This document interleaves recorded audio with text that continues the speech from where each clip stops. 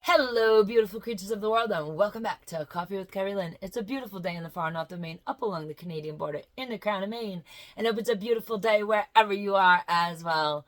Ladies and gentlemen, beautiful creatures of the world, today's podcast is for the people from away coming into the great state of Maine to view the solar eclipse on Monday.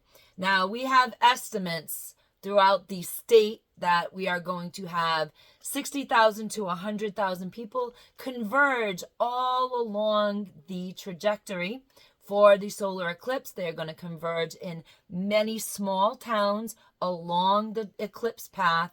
And our governor, although she's a whack-ass moonbat and has some whack-ass policies, she's bluer than blue can be. Whatever they do in California, she tries to do it here. It's absolutely crazy and nuts. But when Governor Janet Mills does the wrong thing, we broadcast it on YouTube. And when Governor Mills does the right thing, we broadcast it on YouTube. Because here at Coffee with Kerri-Lynn, we are fair. And we are balanced. And when you do wrong, you should be blasted for it. And when you do the right thing, you should be given the credit. And what she did was put out a list of tips for people from away coming into the great state of Maine to keep you guys safe, warm, and happy as you watch the solar eclipse in our small communities. But before we get to today's show, let's do the dirty work. Ladies and gentlemen, beautiful creatures of the world, I want to tell you guys a story because this is an amazing thing. I am so happy. I'm so excited and I'm so elated. And it's because of you, my audience, my subscribers. So last Wednesday, we were sitting down to dinner, discussing different things that we're going to do with this channel as soon as we get the adventure van back, which should be this week. Fingers crossed. And as the weather breaks and the snow melts away, we're going to go on a lot of different adventures, and we want to take you guys with us. We're going to be traveling throughout the great state of Maine and seeing people, getting people's opinions, doing some really cool hikes, doing some really cool just vacation style adventures, and we want to take you guys along with us. And we're kind of putting things together and making an outline, a sketch of how we want to do things. And because, you know, he's not a big video guy. So it's just an amazing thing that he's actually agreeing to do this because he loves me so much. So I had said to him, my goal is to get 200 subscribers by June 1st. I don't have big lofty goals here on this channel. I'm an old woman. I'm 53 years old. The big channels that you see have been around for 15 years. In 15 years, I will be 68 years old. And I don't know if we're going to be doing this. Hopefully we will. But I don't really know it's 15 years from now. A lot can happen. Believe me, life is wild. And wild things can happen. And you just never know what the future holds. So that was my goal. I have small goals, baby steps, and we'll see where things go. Well, over the course of a couple days, I ended up with over 40 new subscribers. We now have 197 subscribers. I am 3 subscribers away from my goal of 200 by June 1st. Ladies and gentlemen, beautiful creatures of the world, I appreciate each and every person that subscribes to my channel because I know without you guys subscribing, without you guys watching my shenanigans, without you guys liking or disliking my video, doesn't matter. Any attention on YouTube is good attention. Without you guys commenting in my comment section, I'm just a crazy old lady that lives 15 minutes from Canada, on a homestead, off-grid, screaming into the void. Ladies and gentlemen, beautiful creatures of the world, thank you so much. I am so elated to be this close to my goal of 200 subscribers. And I am so glad that I have earned your subscription to my channel. Ladies and gentlemen, beautiful creatures of the world, I am on all social media. I am on Facebook and on Insta, Coffee with Kerri-Lynn. I am on X at Coffee with Kerri. Join me over there every Thursday or Friday. I tend to be posting on Thursdays and Fridays over there. I have no idea why. It's just an OCD thing. I am also on Rumble, where we're going to be talking about some pretty spicy topics on Rumble coming right up. There's a lot of things you can't discuss on YouTube, as we all know. And we're going to be doing that over there because, you know, there's a lot of sicknesses coming out, and we can't discuss sicknesses, and we can't discuss your immune system, and we can't discuss seed oils, and there's a lot of things we can't discuss on YouTube. Now, if you're listening to me on Spotify, iHeartRadio, Amazon Music, YouTube Music, and now Pandora, welcome to my podcast. I'm just a variety show. I'm a woman that talks about anything that pops into her head and flies out her mouth, generally unfiltered, and we both find out what I have to say about certain things in the country. We talk about anything and everything. We talk about life, love, liberty, the pursuit of your happiness and my happiness. We talk about our individual happinesses. We talk about homesteading, livestock, relationships, marriage. We talk about kids, big kids, little kids, adult kids, grandkids. We talk about politics. We talk about the dumpster fire that the world is at the moment. Today we're going to talk about keeping the people from away, and I mean no offense to everybody coming into the state of Maine. I am still considered from away. I have lived in the great state of Maine 1 year longer than I lived in Rhode Island, where I grew up and was born. So I am still not a Mainer. I am still a person from away. I am still a foreigner. I am still a flatlander. So I mean no disrespect when I say from away. Ladies and gentlemen, beautiful creatures of the world, our Governor Janet Mills and the people of the state of Maine want to keep you guys warm and safe during your visit for the solar eclipse. We're having a lot of cool festivities in a lot of really small towns in the state. Now, I've said before, the projection is 60,000 to 100,000 people converging on the state. And it looks like the county is preparing for about 20,000 people extra to show up. So let's talk about some of the tips that our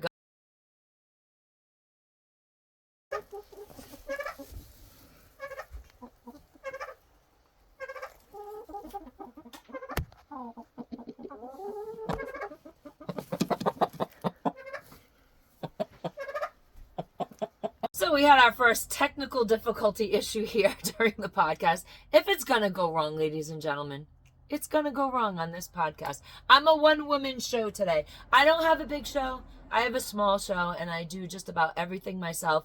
It's me, my video camera, a little voice recorder, and we're just kind of going with the flow here. There are days I do have help. I also am the only person that answered your comments. People asked about that because I do get a vast amount of comments on my videos. That is me, ladies and gentlemen. I read each and every one of your comments and I comment back, and we've been having some amazing discussions in the comment section, and we now have people helping people, other subscribers helping subscribers that need some information on homesteading, on water storage, on living off grid, anything and everything. And my subscribers are helping each other out, and that's what I wanted this channel to be. But we have, every once in a while, we have technical difficulties. Ladies and gentlemen, beautiful creatures of the world, if you are from away, Maine is very unique. We have a lot of different things in the state of Maine, including a 5th season.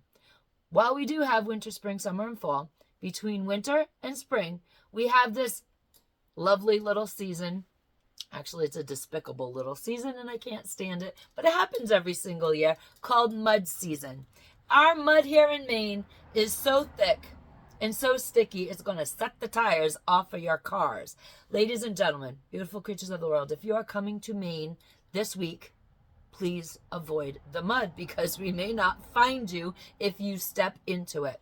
You know, we have all kinds of things in Maine, and the first thing people think about when they think about Maine is Stephen King. We got Stephen King. We also have lobster, and we have forests, and we have woods, and we have amazing state parks, and we've got the beautiful Mount Katahdin. We have the Appalachian Trail. It's either the beginning or the end, depending upon where you're starting on the trail. We have lakes, we have an ocean, we have farms, we have a lot of crafty people who make a lot of amazing products, and they sell them in amazing little gift shops along the not so beaten route. And we have some great small businesses for you guys to frequent.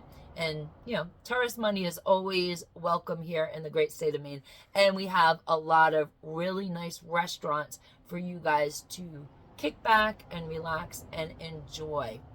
Ladies and gentlemen, beautiful creatures of the world, there are things people do not realize if they have never been to Maine in the spring. And a few of the things that people don't realize are we have wicked snowstorms in April. We have been having snow since Thursday. Thursday, Friday, Saturday, snow. Snowstorms, snow squalls, snow showers. And often our snow does not melt until May. We have days that are warm, but our nights are freezing. So you cannot tent or sleep in your car while you're visiting us here for the eclipse. You will be very, very cold unless you stop at LL Bean down in Freeport. As you come into the state, big sign's going to say Maine, the way life should be. And then there's going to be a sign for Freeport, and it's going to be LL Bean. Now you stop at LL Bean. You get the Cabela all-season tent, the one with the wood stove in it, and then you'll be able to camp in the state of Maine at this time of year. Ladies and gentlemen, beautiful creatures of the world, our state parks will be open during the day. At night, they will be closed. However, if you are visiting one of our amazing state parks, you cannot go into the woods at this time of year because there's snow. You cannot hike the trails this time of year because not only is there snow, but there are fallen trees and a lot of winter debris. We have not cleaned up our trails yet. You cannot sleep in the state parks, in your car, or with a tent. And quite honestly, if you all go traipsing off into the woods, you have to understand, Mainers have winter fatigue, and we are getting ready right now to plant, whether it's a small homestead or a major commercial farm. We're all getting ready to plant. We have a lot of work to do. We're trying to get our seeds in some dirt, get our starters ready, clean our greenhouses up, try not to get our boots sucked off in the mud as we go through our backyard. And the last thing we want to do is traipse around the woods looking for you because you decided you were going to go off on an adventure. Ladies and gentlemen, beautiful creatures of the world, if you go off on an adventure in the woods, and we all aren't so, hep about gearing up in our snow gear to try to find you, we'll find you in about 6 to 8 weeks when we start cleaning up the trails so that we can use our ATVs. There you have it. We have animals in Maine, ladies and gentlemen, beautiful creatures of the world. We have moose, we have deer, we have bear, we have lynx, we have coyote, whatever. I say coyote, pick which one you want. We have wolf hybrids in our woods, and we have Sasquatch. So, you know what happens with eclipses? Animals can get confused, and the bigger animals could think it's nighttime and decide that they're gonna dart out across the road. They come out across the road when it's perfectly sunny outside too. And if you are not driving the speed limit on our rural roads, and if you do not take great caution driving our rural roads, you will end up needing a tow truck. Ladies and gentlemen, beautiful creatures of the world from away, understand the moose crossing signs are not fancy road decorations. They serve a purpose. If you need to pull over onto the side of the road because something's happened to your car, please make sure you pull over into the breakdown lane. Do not pull over if you can avoid it, into the soft shoulder because it's mud season. If you do not have a breakdown lane, try to stay on the road as much as possible or get to a paved driveway. Now, if you're out and about and you see a fancy dirt road and you just want an adventure and you think, I wonder where that road goes to, please do not go down it because you will get stuck. It is mud season, ladies and gentlemen, beautiful creatures of the world. And as I said before, the mud is so soul-sucking, it will suck the tires off of your car. Now, if you do happen to venture down a dirt road and you happen to get stuck in the mud, you will not be calling a tow truck because the tow truck ain't going to pull you out. We will have to call you a farmer, and that farmer will have to come and get your car out of the mud when he's gosh darn well ready to do it, because all our farms up here are starting to service their equipment for planting. So they got better things to do than pull you out of the mud. However, we're an amazing bunch of friendly people, and we love to help people if they need help. Probably what will happen is somebody will mosey up on top of you and kind of look and say to themselves, what the heck is that person doing there? They'll get out of their car and they'll holler, what's going on? And you'll say, car stuck. And they'll tell you to walk on up to them because they ain't going down to you. They'll pull out their cell phone and they will call for help. They will call the farmer down the road.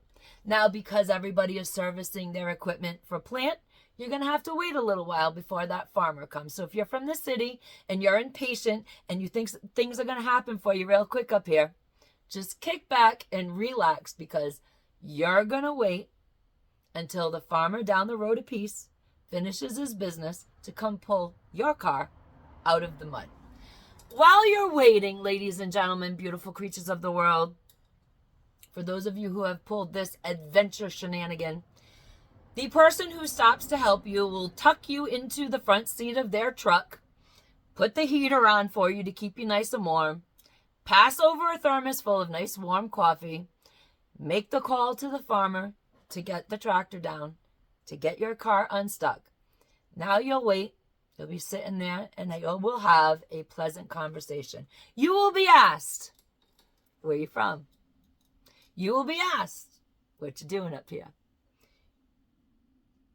Then you will be asked what was in your mind to travel down a road you didn't know, go into some soft mud, and now you're buried up to your axles. What are you thinking? Ladies and gentlemen, beautiful creatures of the world, you will have gotten yourself into a predicament. Now, photographs will be taken. People will see Joe's truck stopped on the side of the dirt road. What's Joe doing there? They're going to stop to find out what's Joe doing there. And you're going to be in the front seat. And they're going to go through the questions all over again with you. There will be photographs taken. And in this age of Facebook, ladies and gentlemen, beautiful creatures of the world, I can guarantee you those photographs taken with those phones will be put on Facebook on the Maine Idiot Spotters page. Yes, we do have a Maine Idiot Spotters page on Facebook. It's all in good fun and it's all in good humor. But you will be warm, you will be toasty, and everybody will be gathering to discuss your situation. Eventually, word gets around town that you got yourself stuck on Bog Road, right up to the axles. Everybody is going to be talking, they're going to be laughing, it's going to be like old home days. You're going to have a crowd of people. And finally, when you think you are at the depth of your embarrassment for jacking your car into the mud, the farmer will show up on his John Deere to pull you out. And that's where the real fun begins. Because now the farmer's assessing, he's looking at you, everybody's talking about it. He's just shaking his head. He will get down there. He will get your car out. the conversation is going to turn and everybody's going to start reminiscing. Remember the Flatlander that did this in 82? Weren't it your daddy that pulled him out of the mud too? There you go. You're going to offer the farmer a little bit of cash for helping you out. But our farmers in Maine, they're not going to accept your cash. They're just going to give you a handshake and tell you that while your lack of common sense messed up their day, they have a great story to tell in the future. So that is going to be payment enough. Ladies and gentlemen, beautiful creatures of the world, if you are coming to Maine, please be practical. Bring warm clothes. Bring your solar viewing glasses. Bring food and a cooler full of beverages.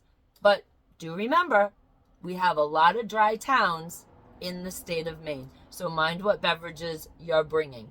Make sure you have a full tank of gas. Fill up prior to getting to your destination, hopefully in New Hampshire. And also bring an extra can of gas from where you live up here, because we all got to get to work when you leave for the rest of the week. And we are not on our summer gas routine. We get excited when people come to Maine, and we will greet you in the county with a warm bienvenue when you arrive and an au revoir when you go. We're happy to have you in our great state, but with tourism comes disruption. We're happy to have the disruption, but nonetheless, we're glad to see you all go. We're happy to see you leave so our life can quiet down the way it should be. Ladies and gentlemen, beautiful creatures of the world, welcome to Maine. If you're coming in for the Eclipse events, we're happy to have you here.